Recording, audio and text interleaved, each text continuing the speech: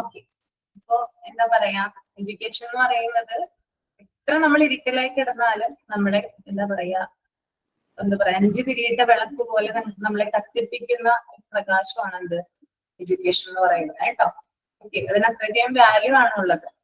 Okay, കുറെ അധികം ആളുകള് കമന്റ് ചെയ്യുന്നുണ്ട്, പ്ലീസ് ആഡ് മീ ഗ്രൂപ്പ് എന്ന് പറഞ്ഞിട്ട് കേട്ടോ. ആഡ് ചെയ്യാത്തവരൊന്ന് ആഡ് ചെയ്യാൻ ശ്രമിക്കാട്ടോ നിങ്ങള്. ഓക്കെ, അപ്പൊ നമ്മുടെ ചാപ്റ്ററിലോട്ട് കിടക്കാം. ഞാൻ എടുക്കുന്ന ചാപ്റ്റർ എന്ന് പറയുന്നത് ഹെൽത്ത് കെയർ ആണ്. Part 1 unit 7 health care.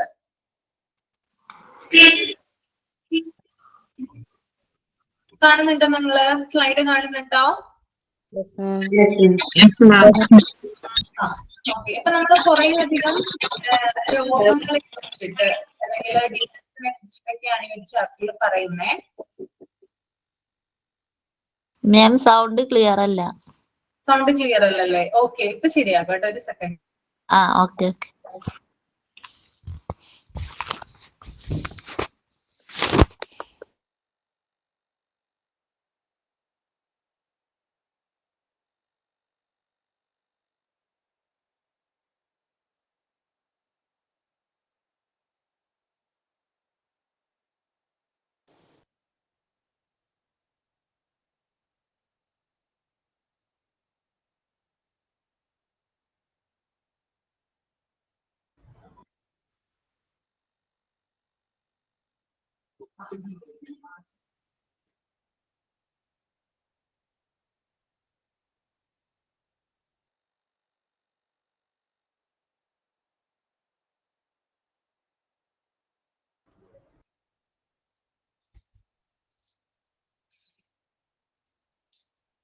Sound clear ആണോ നോക്കി നിങ്ങള്? സൗണ്ട് ക്ലിയർ ആണോ?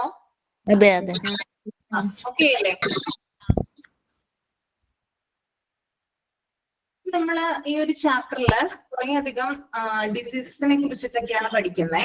അപ്പൊ ഈ ചാപ്റ്റർ എടുക്കുന്നതിന് മുമ്പ് അതിന്റെ ഒരു ഇൻട്രൊഡക്ഷൻ ആയിട്ട് കുറച്ച് കാര്യങ്ങൾ പറഞ്ഞുതരാം. ജനറൽ ആയിട്ടുള്ള കാര്യങ്ങളാണ് കേട്ടോ. പലതരത്തിലുള്ള രോഗങ്ങള്, അതുപോലെ തന്നെ അത് സ്പ്രെഡ് ചെയ്യുന്ന രീതി, അതിനെ ഏത് പേരിലൊക്കെയാണ് വിളിക്കുന്നത്, അങ്ങനെയുള്ള ചില ജനറൽ ആയിട്ടുള്ള കാര്യങ്ങള് അത് ഞാൻ പറഞ്ഞു തരാം. ഓക്കെ, അപ്പൊ അതൊന്ന് കേട്ടിരിക്കാം. ഫസ്റ്റ് തന്നെ WHO എന്ന് പറഞ്ഞാൽ എന്താണ്? WHO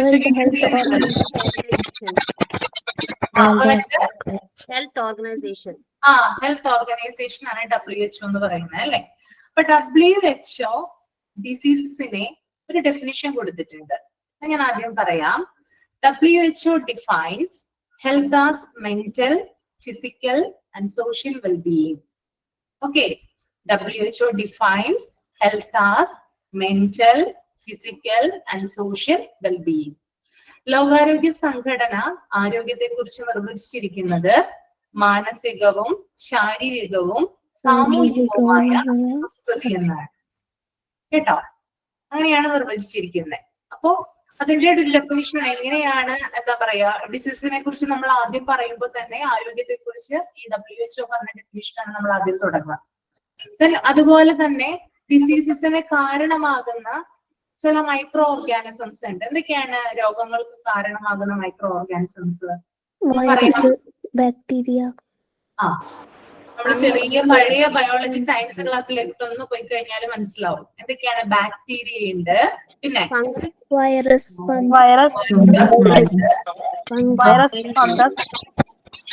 ഫംഗി അല്ലേ, പിന്നെ പ്രോട്ടോസോവ. ഇത്തരം മൈക്രോ ഓർഗാനിസംസ് ആണ് നമ്മുടെ ഉള്ളിൽ രോഗങ്ങൾ വരുത്തുന്നത്. അവര് നമ്മുടെ ഉള്ളിൽ കയറി പറ്റിയാല് നമുക്ക് എന്തുണ്ടാവും? സ്വാഭാവികമായിട്ട് ഡിസീസ് വരും. ഓക്കെ, അതുപോലെ തന്നെ വേറൊരു കാര്യം പറയാം.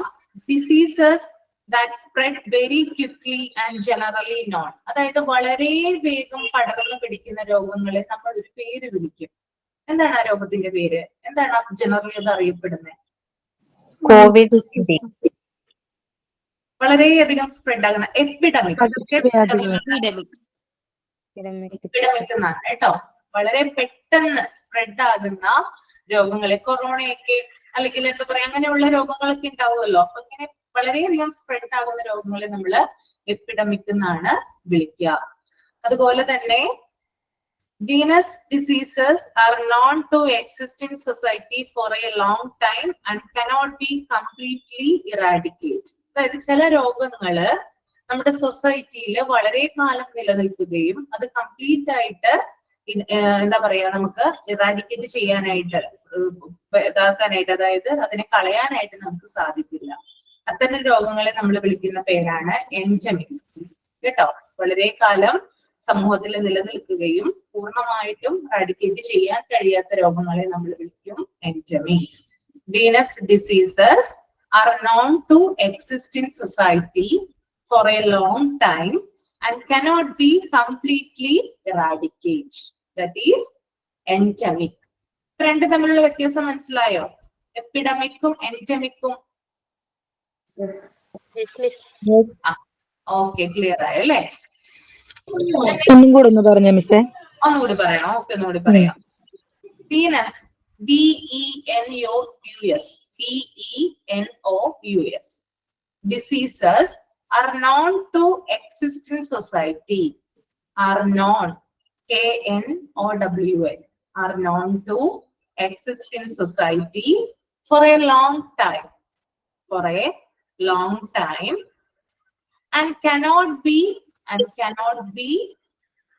completely eradicated. Completely eradicate. That is endemic. Okay.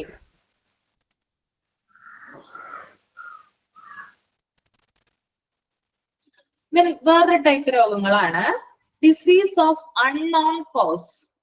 R known to എന്താണ്, അതായത് ചില രോഗങ്ങൾ എന്ന് പറഞ്ഞാല് അതിന് കാരണം അറിയാൻ പറ്റില്ല.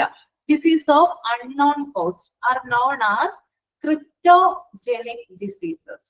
കാരണം അറിയാത്ത രോഗങ്ങളെ നമ്മൾ വിളിക്കുന്ന പേരാണ് ക്രിപ്റ്റോജെനിക് ഡിസീസസ്.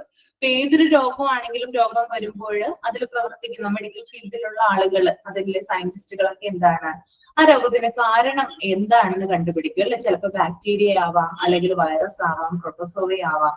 പക്ഷെ ഇതൊന്നും എന്താണ് കണ്ടുപിടിക്കാൻ പറ്റാതെ, ഇതിന്റെ കാരണം റൂട്ട് കോസ് എന്താണെന്ന് അറിയാതെ വിളിക്കപ്പെടുന്ന രോഗങ്ങളെ നമ്മള് ക്രിപ്റ്റോജെനിക് ഡിസീസസ് എന്നാണ് പറയാം.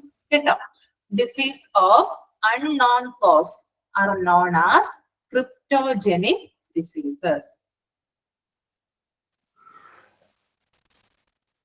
ക്ലിയർ ആണോ? ഇത്രയും കാര്യങ്ങൾ പറഞ്ഞാൽ എന്തെങ്കിലും അതുകൊണ്ട് പറയണോ? Disease of unknown, unknown, UNKNOWN,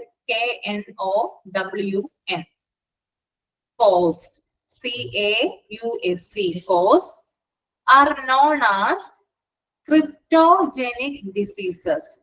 CRYPTOGENIC, cryptogenic diseases.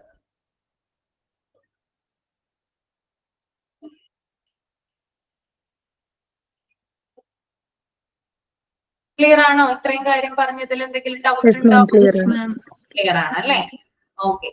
Then വേറൊരു തരം ടൈപ്പ് രോഗം എന്ന് പറയുന്നത് disease that spread rapidly from one country to another country. അതായത് ഒരു രാജ്യത്തിൽ നിന്ന് മറ്റൊരു രാജ്യത്തിലേക്ക് വളരെയധികം രീതിയിൽ പടർന്നു പിടിക്കുന്ന രോഗങ്ങളെ നമ്മൾ വിളിക്കുന്ന പേരെന്താണ്? അറിയാൻ പറ്റുമല്ലോ, പാൻഡമിക്. കേട്ടോ, പാൻഡമിക് ആണ് കേട്ടോ. Diseases that rapidly from one country to another country. Okay, that is pandemic.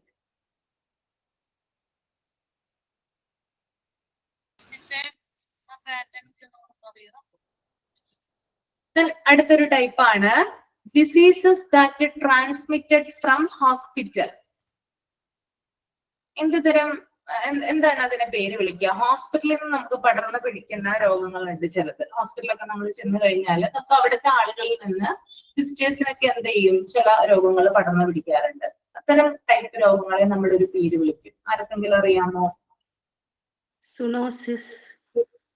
എന്താ? Nosocomial infection.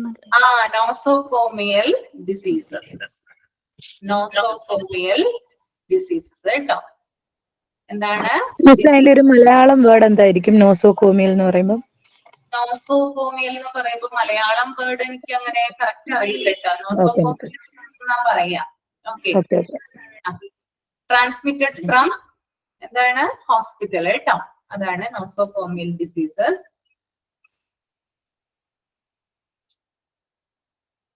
ഇനി അടുത്തൊരു ടൈപ്പാണ് diseases that are transmitted from animals to humans.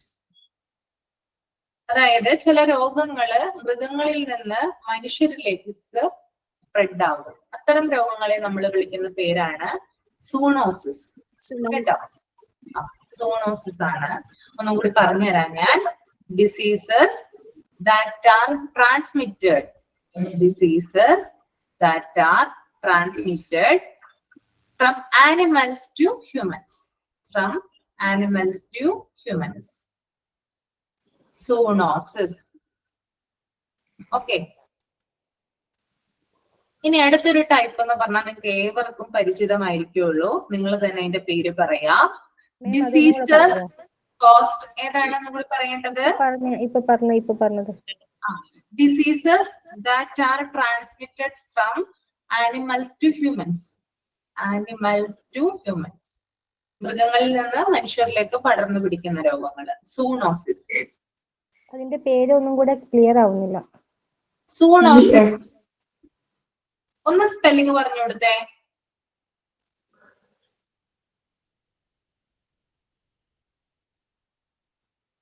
എഴുതിയോ? സൂണോസിസ് എഴുതിയോ? സൂണോസിസ്. ഇസഡ് ആണോ മാം? അത് സൂൺ SOON ആണോ? സൂൺ ഇസഡ് ആണ്. സൂണോസിസ്. Okay okay. അടുത്തത് പറഞ്ഞോട്ടെ ഞാൻ. പറയാലോ? Okay okay. അപ്പൊ നിങ്ങൾക്ക് എല്ലാവർക്കും അറിയുന്ന തരത്തിലുള്ള ഒരു ടൈപ്പ് ഡിസീസ് ആണ് diseases caused by wrong lifestyle. തെറ്റായിട്ടുള്ള ജീവിതശൈലി മൂലം ഉണ്ടാകുന്ന രോഗങ്ങൾ എന്ത് പേരിലാണ് അറിയപ്പെടുക? എന്ത് പേരിലാണ് അറിയപ്പെടുക? പ്രമേഹ രോഗങ്ങളല്ലേ മാം? എന്താണ്? ജീവിതശൈലി രോഗങ്ങൾ. Lifestyle diseases. കേട്ടോ, diseases caused by wrong lifestyle. കേട്ടോ, ലൈഫ് സ്റ്റൈൽ ഡിസീസസ്. ഓക്കെ. അപ്പൊ തെറ്റായിട്ടുള്ള ജീവിതശൈലിയിലൂടെ നമുക്ക് ഉണ്ടാകുന്ന രോഗങ്ങളെ ജീവിതശൈലി രോഗങ്ങൾ എന്നാണ് പറയാ, അല്ലെ? എന്തൊക്കെയാണ് ലൈഫ് സ്റ്റൈൽ ഡിസീസസ് ഒന്ന് പറഞ്ഞു നിങ്ങള്.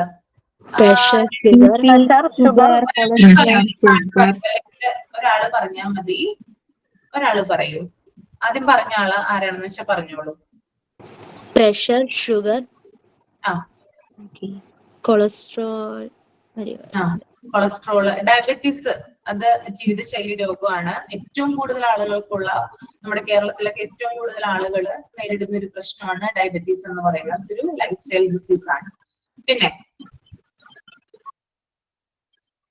ഡയബറ്റീസ്, പിന്നെ ഫാറ്റി ലിവറും ആണ് സാർ ടീച്ചറെ ഇരിക്കണ്ടേ? Fatty liver lifestyle disease ആണ്. PCOD, ബ്ലഡ് പ്രഷർ, അതുപോലെ തന്നെ പിന്നെ തൈറോയിഡ് ഉണ്ട്, അല്ലെ? തൈറോയിഡ് ഉണ്ട്, ലൈഫ് സ്റ്റൈൽ ഡിസീസ്. പിന്നെ എന്താണ്? PCOD, PCOS, ഹോർമോണൽ ചേഞ്ച് മൂലം ഉണ്ടാകുന്ന ഡിസീസ്. ഇതൊക്കെ എന്താണ്? ലൈഫ് സ്റ്റൈൽ ഡിസീസസ് മൂലം ഉണ്ടാകുന്ന രോഗങ്ങളാണ് കേട്ടോ. അപ്പോ ഞാനിപ്പോ ലൈഫ് സ്റ്റൈൽ ഡിസീസിനെ കുറിച്ചിട്ടാണ് പറഞ്ഞത്. നിങ്ങൾക്ക് എന്താണ് ഒരു അഡ്വൈസ് പറയാനുള്ളത് ലൈഫ് സ്റ്റൈൽ ഡിസീസ് കുറച്ചു കൊണ്ടുവരാൻ വേണ്ടിയിട്ട്? ഫുഡ് കൺട്രോൾ, ഫുഡ് കൺട്രോൾ, കൃത്യമായ സമയത്തുള്ള ഭക്ഷണം, കൃത്യമായ സമയത്തുള്ള എക്സർസൈസസ് എല്ലാം വേണം. അതെ മാം, നമ്മുടെ ലൈഫ് സ്റ്റൈൽ ഡിസീസസ് ഒരുപാട് കുറയ്ക്കാനായിട്ട് നമ്മൾ കൃത്യമായ സമയത്ത് ഭക്ഷണം കഴിക്കണം, നമ്മുടെ ശരീരത്തിന് ആവശ്യമായ വ്യായാമം കൊടുക്കണം, കൃത്യമായ സമയത്ത് നമ്മൾ റെസ്റ്റ് ചെയ്യണം, അതായത് ഉറങ്ങണം. ജങ്ക് ഫുഡ്സ് മാക്സിമം അവോയ്ഡ് ചെയ്യാം. sugar, limiting oil. Junk food ഒക്കെ മാക്സിമം അവോയ്ഡ് ചെയ്യാം. പിന്നെ നമുക്ക് ഒരു കൃത്യമായിട്ടുള്ള ഒരു മീൽ പ്ലാൻ ഉണ്ടെങ്കിൽ അല്ലെ, കൃത്യമായിട്ട് ഭക്ഷണ ശൈലി നമ്മൾ പിന്തുടർന്ന് ഫോളോ Food diet. ചെയ്യുകയാണെങ്കിൽ ഒരുവിധം കുറയാനായിട്ട് പറ്റില്ലേ? നമ്മുടെ ഫുഡ് ഒരുവിധം കൺട്രോൾ ചെയ്യുവാണെങ്കിൽ പറ്റും. പറ്റും അല്ലെ? കൺട്രോൾ ചെയ്യണം, അത് കൃത്യമായ സമയത്ത് നമ്മൾ കഴിക്കുകയും വേണം. കൃത്യമായ സമയത്ത് നമ്മൾ കഴിച്ചില്ലെങ്കിൽ എന്താ ഉണ്ടാവുക അപ്പൊ? Acidity. അസിഡിറ്റി ഉണ്ടാവും അല്ലെ? എനിക്ക് തോന്നുന്നു അസിഡിറ്റി കൊണ്ടാണ് പല രോഗങ്ങളും ഉണ്ടാവുന്നതെന്ന് തോന്നുന്നു അല്ലെ? നമ്മുടെ വയറെപ്പോഴും ആ ഒരു ഭാഗം എപ്പോഴും ക്ലീൻ ആയിട്ടിരിക്കണം. അതിൽ നിന്നാണ് പല രോഗങ്ങളും നമുക്ക് ഉണ്ടാകുന്നത്. ഏതൊരു രോഗത്തിന്റെയും മൂല കാരണം എന്ന് പറയുന്നത് നമ്മുടെ വയറ് തന്നെയാണ്. അപ്പോ എപ്പോഴും നമ്മൾ എന്ത് ചെയ്യാൻ പാടില്ല? വയറെന്ന് പറയുന്നത് ഒഴിച്ചിടാനായിട്ട്, കാലിയാക്കി ഇടാനായിട്ട് പാടില്ല. കൃത്യസമയത്ത് ഇപ്പൊ നമ്മൾ എങ്ങനെയാണ് ഒരു ചെടിക്ക് നമ്മൾ വെള്ളം ഒഴിച്ചു കൊടുക്കില്ലേ? അത് വാടി നിൽക്കുമ്പോൾ മാത്രമാണോ നമ്മൾ വെള്ളം ഒഴിച്ചു കൊടുക്കേണ്ടതല്ലോ? കൃത്യമായിട്ട് അതിന് വെള്ളം ഒഴിച്ച് കൊടുത്തു കഴിഞ്ഞാല് അത് നല്ല ഉന്മേഷത്തോടെ നിൽക്കും. അതുപോലെ തന്നെയാണ് നമ്മുടെ അവസ്ഥയും അല്ലെ? അല്ലെങ്കിൽ നമ്മുടെ ബോഡിയുടെ വയറിന്റെ മൂന്നിലൊന്ന് ഭക്ഷിക്കാന്നല്ല ടീച്ചറെ പറഞ്ഞത്. അത് കൺട്രോൾ ചെയ്താൽ തന്നെ ഒരുപാട്. വയറിന്റെ മൂന്നിലൊന്ന് ഭക്ഷിക്കാന്നുള്ളതല്ലേ? ഒരു ഭാഗം ഒഴിച്ചിടുക, ഒരു ഭാഗം വെള്ളം, അങ്ങനെ അത് കീപ്പ് ചെയ്താൽ തന്നെ. പിന്നെ നമ്മൾ ഭക്ഷണം കഴിക്കണ പോലെ, നമ്മൾ ദൈനംദിന കാര്യങ്ങൾ ചെയ്യുന്ന പോലെ തന്നെ എക്സസൈസ് ശീലാക്കി കഴിഞ്ഞാല്, പിന്നെ ഓയിലി ഫുഡുകൾ കൺട്രോൾ ചെയ്യുക, ഉപ്പ് കൺട്രോൾ ചെയ്യണ പോലെ തന്നെ മധുരം കൺട്രോൾ ചെയ്യുക. മധുരം വലിയൊരു വില്ലനാ. മധുരം കൺട്രോൾ ചെയ്യുക അല്ലെ? ഓക്കെ, മധുരവും കൺട്രോൾ ചെയ്യുക അല്ലെ? ഓക്കെ, പിന്നെ എക്സസൈസ് കൊടുക്കുക. ഏതെങ്കിലും ഒരു എക്സസൈസ് ചെയ്യുന്ന എത്ര പേരുണ്ട്? ഏതെങ്കിലും ഒരു എക്സസൈസ് ചെയ്യുന്നവര്? ഞാൻ ചെയ്യാറുണ്ട് മിസ്സേ. എന്താണ്, ജിമ്മിലാണോ പോവാറുള്ളത്? അല്ലല്ല, സൂംബ. നമ്മള് ഫോണിലെ സൂംബ ഡാൻസ് ഉണ്ടല്ലോ, അപ്പൊ അത് യൂട്യൂബിൽ അത് പ്ലേ ചെയ്തിട്ട് അത് ചെയ്യാറുണ്ട്. യൂട്യൂബിൽ അപ്ലൈ ചെയ്തിട്ട്. ഓക്കെ, യൂട്യൂബില് വീഡിയോ പ്ലേ ചെയ്തിട്ട് സൂംബ ചെയ്യാറുണ്ട്. അതെ മിസ്സേ. എല്ലാ ദിവസവും കണ്ടിന്യൂ ചെയ്യാറുണ്ടോ? എല്ലാ ദിവസവും കണ്ടിന്യൂ ചെയ്യാറില്ല, കാരണം ഞാൻ ഡാൻസും കൂടെ ചെയ്യുന്ന ആളാണ്. അപ്പൊ ഞങ്ങൾക്ക് പൊതുവെ മിക്ക ദിവസങ്ങളിലും ഡാൻസിന്റെ പ്രാക്ടീസ് ഉണ്ട്, കുട്ടികളും ഒക്കെ ആയിട്ടുണ്ട്. അപ്പൊ പിന്നെ അതുകൊണ്ട് എനിക്ക് പറ്റുന്ന ദിവസം മോനെയും കൂടെ ഉൾപ്പെടുത്തി സൂംബ ചെയ്യാറുണ്ട്. സൂംബ ചെയ്യാറുണ്ട് അല്ലേ? പിന്നെ ജിമ്മിൽ പോകുന്ന എത്ര പേരുണ്ട്? യോഗ ചെയ്യുന്ന എത്ര പേരുണ്ട്?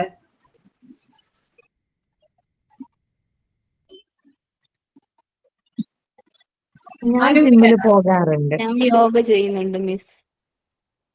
യോഗ ചെയ്യുന്നുണ്ടോ? Yes miss. ഞാൻ ഒരു മാസം ഞങ്ങൾക്ക് യോഗ പഠിപ്പിച്ചു തരുമോ? പ്രാണായാമം പഠിപ്പിച്ചു തരുമോ? ഒന്ന് പ്രാണായാമം. അടുത്ത ക്ലാസ്സിൽ ഞാൻ പഠിപ്പിച്ചായിരുന്നു. ഇപ്പൊ മോളെ ഉറക്കിക്കൊണ്ടിരിക്കാൻ വേണ്ടി മോളുണ്ട്. അപ്പൊ ജ്യോതിലക്ഷ്മി നമുക്ക് നെക്സ്റ്റ് ക്ലാസ്സിൽ പ്രാണായാമം ചെയ്തു തരും കേട്ടോ. Okay okay miss. ഇടക്കിടക്കൊക്കെ യോഗ നമുക്ക് ചെയ്യാം. ഓക്കെ, വീഡിയോ ഓൺ ചെയ്തിട്ട് ചെയ്യണേ.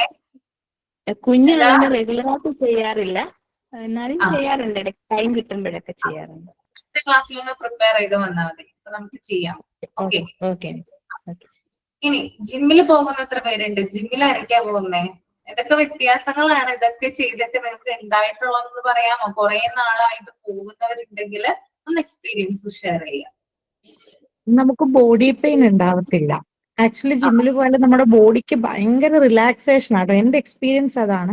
നേരത്തേക്ക് പീരീഡ്സ് ആകുമ്പോഴൊക്കെ ഭയങ്കര പെയിൻ ഉണ്ടാകുമായിരുന്നു. പക്ഷെ ഞാൻ ജിമ്മിൽ പോയതിന് ശേഷം എന്റെ പീരീഡ്സ് ഒക്കെ കറക്റ്റ് ആണ്. അത് തന്നെയല്ല, ആ ഒരു നേരത്തെ ഉണ്ടായിരുന്ന പെയിൻ ഉണ്ടാവാറില്ല. പിന്നെ എനിക്ക് റെഗുലർ ആയിട്ട് ഷോൾഡറിലും മുട്ടിലും പെയിൻ ഉണ്ടാകുമായിരുന്നു. പക്ഷെ ജിമ്മില് വർക്കൗട്ട് സ്റ്റാർട്ട് ചെയ്തതിനു ശേഷം എനിക്ക് ആ ബുദ്ധിമുട്ടുകളൊക്കെ മാറി കേട്ടോ. എനിക്ക് ഭയങ്കര എനർജി ഫീൽ ചെയ്തു. ഞാൻ പിന്നെ ഭയങ്കര ഫുഡ് കൺട്രോൾ ഒന്നും നോക്കത്തില്ല, പക്ഷെ ജിമ്മിൽ പോകും എന്നുള്ളതാണ്. എനിക്കത് ഭയങ്കര ഒരു എനർജിയാണ്. ഒരു എന്താ പറയാ, നമുക്ക് എല്ലാ കാര്യത്തിനും ഭയങ്കര ഉത്സാഹം ഉണ്ടാവും. നമ്മുടെ ഫേസിൽ ആ മാറ്റം നമുക്ക് അറിയാൻ പറ്റും. നമ്മളെ കാണുമ്പോൾ തന്നെ നമുക്ക് തന്നെ ആ ഒരു മാറ്റം അറിയാം. നമ്മൾ ജിമ്മിൽ പോകുന്നതിന്റെ ആ ഒരു നമ്മുടെ ബോഡിക്ക് ഭയങ്കരമായിട്ടൊരു സുഖം കിട്ടും. അതാണ് പ്രധാനമായിട്ട് എനിക്ക് ഫീൽ ചെയ്തിട്ടുള്ളത്. എത്ര നാളായി പോകുന്നു? ഞാനൊരു 1 ഇയറിന് മുകളിലായിട്ട് പോകുന്നുണ്ട്. ഇപ്പൊ ഒരു 1 മന്ത് ആയിട്ട് വീട്ടിലെ കുറച്ച് ഫംഗ്ഷൻസ് ഒക്കെ ഉണ്ടായിരുന്നു. ഒരു 1 മന്ത് ആയിട്ട് പോയിട്ടില്ല. ഒരു 1 ഇയറിന് മുകളിലായി ഞാൻ പോകാൻ സ്റ്റാർട്ട് ചെയ്തിട്ട്. ഉണ്ടല്ലേ? ഓക്കെ. ഓക്കെ. പിന്നെ വാക്കിങ്ങിനൊക്കെ പോകുന്ന എത്ര പേരുണ്ട്? നടക്കാനൊക്കെ പോകുന്നവര്, ജോഗിങ്ങിനൊക്കെ പോകുന്നവര്, കൂട്ടത്തില്? ഇതെല്ലാം ഒരു എക്സസൈസ് ആണല്ലേ? ഉണ്ട്, പോകാറുണ്ട്. വാക്കിങ്ങിനാണോ പോകുന്നേ? വാക്കിംഗ് ഉണ്ട്, പിന്നെ വീട്ടിൽ ചെറുതായിട്ടൊക്കെ എക്സസൈസ് ചെയ്യാറുണ്ട്. ആ, ചെയ്യാറുണ്ട് അല്ലേ? ഓക്കെ. അപ്പൊ നമുക്ക് എക്സസൈസും ചെയ്യും, പിന്നെ വല്ലപ്പോഴും തോന്നുമ്പോ സ്കിപ്പിങ്ങും ചെയ്യും. വാക്കിങ്ങിന് അങ്ങനെ പോവാറില്ല. സ്കിപ്പിംഗ് ആയാലും മതി, ഏതെങ്കിലും ഒരു ആക്ടിവിറ്റി ചെയ്താൽ മതി. ആ, ഏതെങ്കിലും ഒരു അത് ആക്ടിവിറ്റി ചെയ്യാറുണ്ട്. ചെയ്യുമ്പോൾ നമുക്ക് ഇപ്പൊ പറഞ്ഞല്ലോ നേരത്തെ ഷഹാന പറഞ്ഞ പോലെ, ഷഹാന തന്നെയല്ലേ പേര്? അതെ മാം, അതെ അതെ. ഷഹാന മൻസൂർ പറഞ്ഞ പോലെ തന്നെ പറഞ്ഞ ആള് കുറെ നാളായി പോകുന്നു, ഭയങ്കരധികം മാറ്റം, എനർജി ഉണ്ടാകുന്നുണ്ട്, പെയിൻ ഒക്കെ കുറവുണ്ട്, മുഖത്തൊക്കെ റിലാക്സേഷൻ അനുഭവപ്പെടുന്നത്. എന്തുകൊണ്ട് അങ്ങനെ അനുഭവപ്പെടുന്നേ? ചെയ്യുമ്പോൾ നമുക്ക് എന്തുകൊണ്ടായിരിക്കാം? നമ്മുടെ ഫേസ് നോക്കിക്കഴിഞ്ഞാൽ നമുക്ക് തന്നെ മാറ്റം കാണാനായിട്ട് സാധിക്കും അല്ലെ? നമ്മള് ഫാറ്റ് കുറയുമ്പോ തന്നെ നമുക്കൊരു സമാധാനം കിട്ടും. നമ്മുടെ ഫാറ്റ് കുറയും.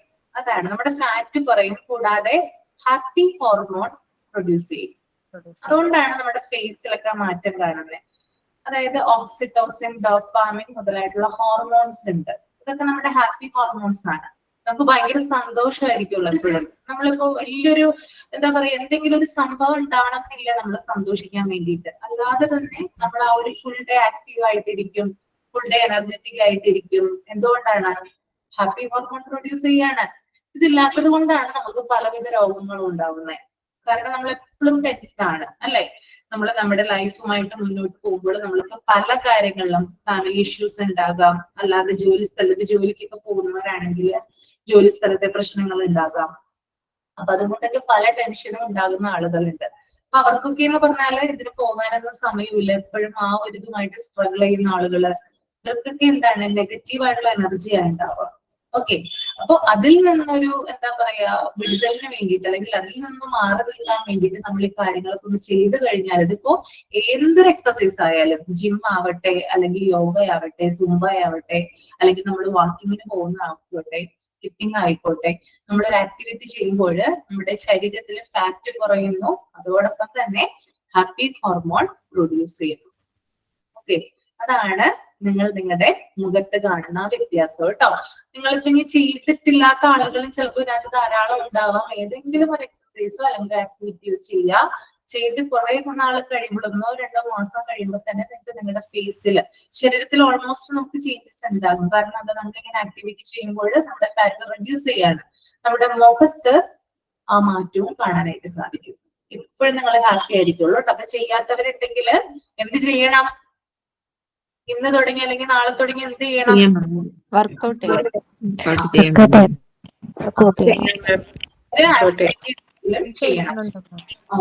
ഇപ്പോ പോവാനായിട്ട് പറ്റാത്തവരുണ്ടാകാം. ചിലപ്പോ നമുക്ക് ഇപ്പോ പുറത്ത് സെന്ററുകളോ മറ്റും പോയിട്ട് ചെയ്യാനായിട്ട് പറ്റാത്തവരുണ്ടാകാം. അവരൊന്നും കൊണ്ടും പറയാമണ്ട, വീട്ടിലിരുന്നുകൊണ്ട് തന്നെ നമുക്ക് ചെയ്യാലോ. ഇപ്പൊ നേരത്തെ പറഞ്ഞല്ലോ, യൂട്യൂബ് നമുക്ക് ഓൺ ചെയ്ത് വെച്ച് അപ്ലൈ ചെയ്ത് വെച്ച് നമുക്ക് സുംബ ആയാലും എക്സസൈസ് ആയാലും യോഗ ആയാലും ഒക്കെ ചെയ്യാം. ഓക്കെ. അപ്പൊ അതുപോലുള്ള കാര്യങ്ങളൊക്കെ ചെയ്യാം. പിന്നെ ജിമ്മും ഇതൊക്കെ പ്രിഫർ ചെയ്യുന്നുണ്ടെങ്കിലും യോഗ നമുക്ക് കുറച്ചും കൂടി എന്താ പറയാ, നമുക്ക് കുറച്ചും കൂടി ഈ സ്ത്രീകൾക്ക് പ്രത്യേകിച്ച് കുറച്ചും കൂടി പ്രയോറിറ്റി നൽകുന്നുണ്ട്. കാരണം നമ്മുടെ ഹോർമോണൽ ഇംബാലൻസിനൊക്കെ എന്ത് ചെയ്യുന്നുണ്ട്? യോഗ പ്രിവെന്റ് ചെയ്യുന്നുണ്ട്. മാത്രമല്ല നമ്മൾക്ക് കുറേ അധികം എന്താ പറയാ രോഗങ്ങൾ വരാതിരിക്കാനും, അതിപ്പോ ജിമ്മിലും പോയാലും ഏതൊരു എക്സസൈസ് ആയാലും നമുക്ക് രോഗങ്ങളൊന്നും അധികം ഉണ്ടാവുന്നില്ല. പക്ഷെ യോഗ ഞാൻ കുറച്ചും കൂടി പ്രിഫർ ചെയ്യുന്നത് പഠിക്കുന്ന ആളുകളെ സംബന്ധിച്ച് പ്രാണായാമം പോലുള്ള കാര്യങ്ങളൊക്കെ ചെയ്യുമ്പോൾ കൂടുതൽ കോൺസെൻട്രേഷൻ ഉണ്ടാകും. ഓക്കെ. പഠിക്കുന്ന വിദ്യാർത്ഥികളോടാണ് ഞാൻ പറയുന്നത്. അതായത് നിങ്ങളൊക്കെ പഠിക്കുന്ന കുട്ടികളാണ്. അപ്പോ എന്താ പറയാ, അത് കൂടുതൽ നമുക്ക് ശ്രദ്ധ കിട്ടാനായിട്ട് ഒരെണ്ണത്തിൽ നമുക്ക് പഠിക്കുന്ന കാര്യത്തിൽ ഏറ്റവും കൂടുതൽ മസ്റ്റ് ആയിട്ട് വേണ്ടത് എന്താണ്? ഏത് ഫാക്ടറാണ് മസ്റ്റ് ആയിട്ട് വേണ്ടത്? പഠിക്കുന്ന കോൺസെൻട്രേഷൻ വേണം അല്ലെ? അപ്പൊ അത് കൂട്ടുന്നതിന് വേണ്ടിയിട്ട് ചില ടിപ്പുകളുണ്ട് യോഗയിൽ. അപ്പൊ അതൊക്കെ നമുക്ക് പ്രാക്ടീസ് ചെയ്യാം. ഇപ്പൊ നേരത്തെ ഒരു കുട്ടി പറഞ്ഞു, ആരായിരുന്നു യോഗ ചെയ്തു തരാന്ന് പറഞ്ഞത്? പേര് ഞാൻ ഓർക്കുന്നില്ല. പോയോ? ജ്യോതിലക്ഷ്മി ചെയ്തു തരാന്ന് പറഞ്ഞിട്ടുണ്ടായിരുന്നു. നമുക്കും ഇടയ്ക്ക് ഞാൻ നിങ്ങൾക്ക് ചെയ്തു തരാം കേട്ടോ. ഇതുപോലെയുള്ള കോൺസെൻട്രേഷൻ കൂട്ടുന്നതിന് വേണ്ടിയിട്ടുള്ള ചില ടിപ്പുകൾ നമുക്ക് ഈ ക്ലാസ്സുകളിൽ ലാസ്റ്റ് ആകുമ്പോൾ പറഞ്ഞുതരാം. നമുക്ക് അത് ഉപകാരപ്രദമാവും. ഓക്കെ, അപ്പോ ഇത്രയും കാര്യങ്ങളാണ് നമ്മൾ ഡിസീസസിനെ കുറിച്ച് പറയാനായിട്ടുള്ളത്. ഓൾമോസ്റ്റ് എല്ലാവർക്കും കിട്ടിയെന്ന് വിചാരിക്കുന്നു കേട്ടോ. ക്ലിയർ ആയല്ലോ? ഡൗട്ട് ഒന്നുമില്ലല്ലോ?